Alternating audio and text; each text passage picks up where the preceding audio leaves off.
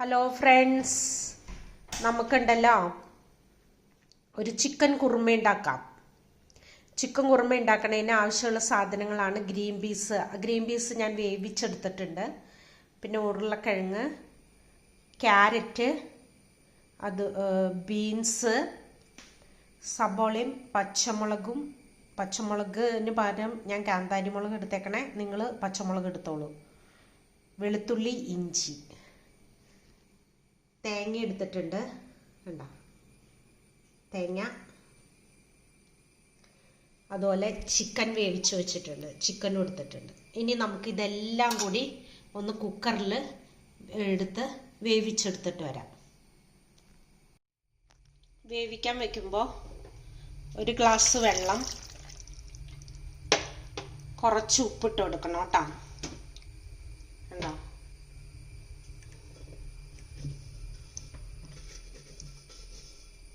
ഒരു ഇത്തിരി ഉപ്പിട്ട് കൊടുക്കണേ. ഉപ്പിട്ട് കൊടുത്ത് ഇനി നമുക്ക് 2 വിസിലടിച്ച് കഴിയുമ്പോൾ ഓഫ് ചെയ്യാം കേട്ടോ. മഞ്ഞൾപ്പൊടി ഓൾറെഡി ഇട്ടാണ് വേവിച്ചേക്കണേ ചിക്കനൊക്കെ. അപ്പം അതുകൊണ്ട് നമുക്ക് ഇടേണ്ട ആവശ്യമില്ല, നമുക്ക് കറി വെക്കുമ്പോൾ ഇടാം. ഇപ്പം വേവിക്കുമ്പോൾ ഇടണ്ട കേട്ടോ. ഓക്കെ, പാനിലേക്ക് ഇത്തിരി വെളിച്ചെണ്ണ ഒഴിച്ചു കൊടുക്കാം കേട്ടോ. ഒത്തിരി വേണ്ട, ഒരു ഇച്ചിരി വെളിച്ചെണ്ണ ഒഴിച്ചു കൊടുക്കാം.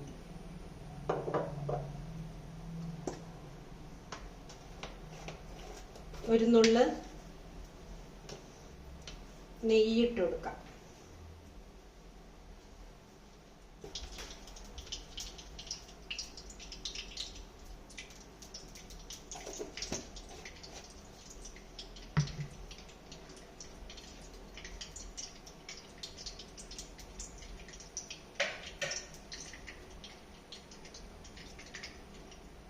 നെയ്യിലേക്ക് നമുക്ക് കാഷ്നട്ട് ഇട്ട് കൊടുക്കാം, മുന്തിരി ഇട്ട് കൊടുക്കാം.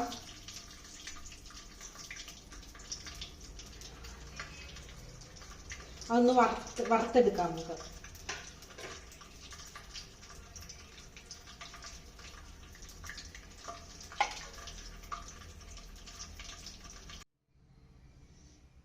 ഇനി നമുക്കുണ്ടല്ലോ വേപ്പില ഇട്ട് കൊടുക്കാം, കുരുമുളക് ഇട്ട് കൊടുക്കാം,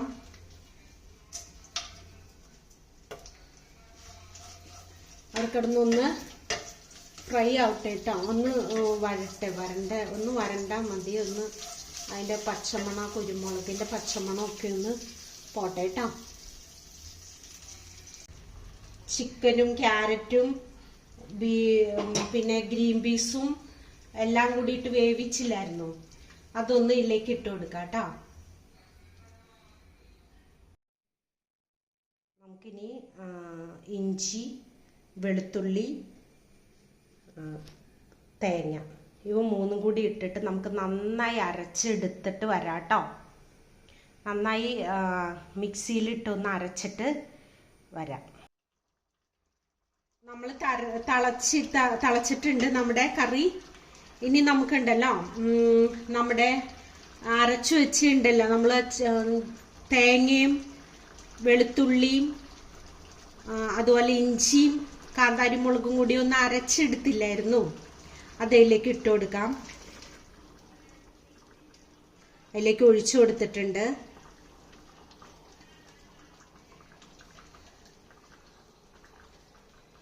ഒന്ന് ഇളക്കി കൊടുക്കാം.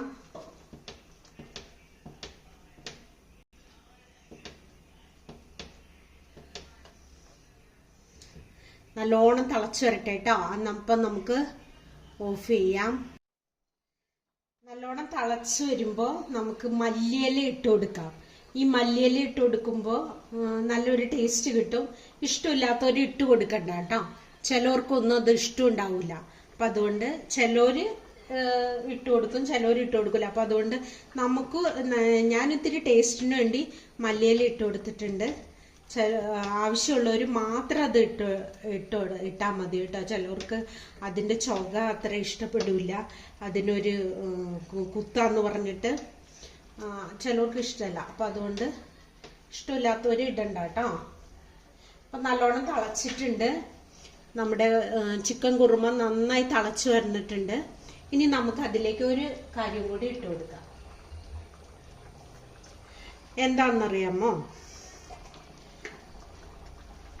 നമ്മുടെ പെരിഞ്ചീരകവും നമ്മുടെ ചെറുജീരകവും കൂടി അരച്ച പൊടി ഉണ്ടല്ലോ, അത് നമുക്ക് ഇതിലേക്ക് ഇട്ട് കൊടുക്കാം. നമ്മുടെ ചിക്കൻ കുറുമ റെഡി ആയിട്ടോ.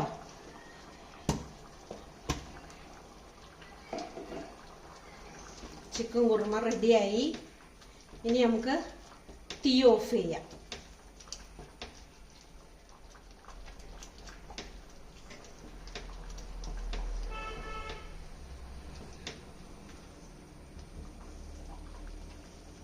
നല്ലോണം റെഡി ആയിട്ടുണ്ട്. ഓക്കെ, നമുക്ക് മിനിച്ചേച്ചി ഉണ്ടാക്കിയ ചിക്കൻ കുറുമ ഒന്ന് കഴിച്ചു നോക്കാം. വിനീത, എങ്ങനെയുണ്ട് ചിക്കൻ കുറുമ?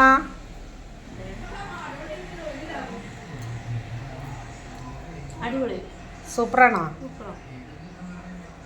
അപ്പത്തിന് മാത്രമല്ല കേട്ടോ, എല്ലാത്തിനും കഴിക്കാം.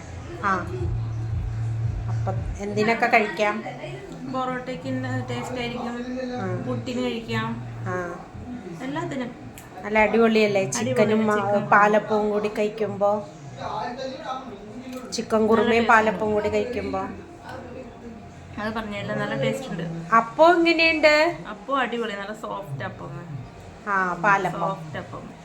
ഇനി വീണ്ടും അതിൻ്റെ റെസിപ്പി ഒന്നും കൂടി ഇടാട്ടോ. എല്ലാവർക്കും അത്ര ക്ലിയർ ആയില്ല എന്നൊരു ദിവസം പറഞ്ഞു അപ്പത്തിന്. അപ്പം നമുക്കൊന്നും കൂടി എങ്ങനെയാണ് അത് എന്നോട് പലരും ചോദിച്ചട്ടോ. അപ്പം എങ്ങനെയാണ്, എത്ര മണിക്കൂർ വെക്കണമെന്നൊന്നും ഞാൻ അന്ന് പറഞ്ഞില്ല എന്ന് പറഞ്ഞു.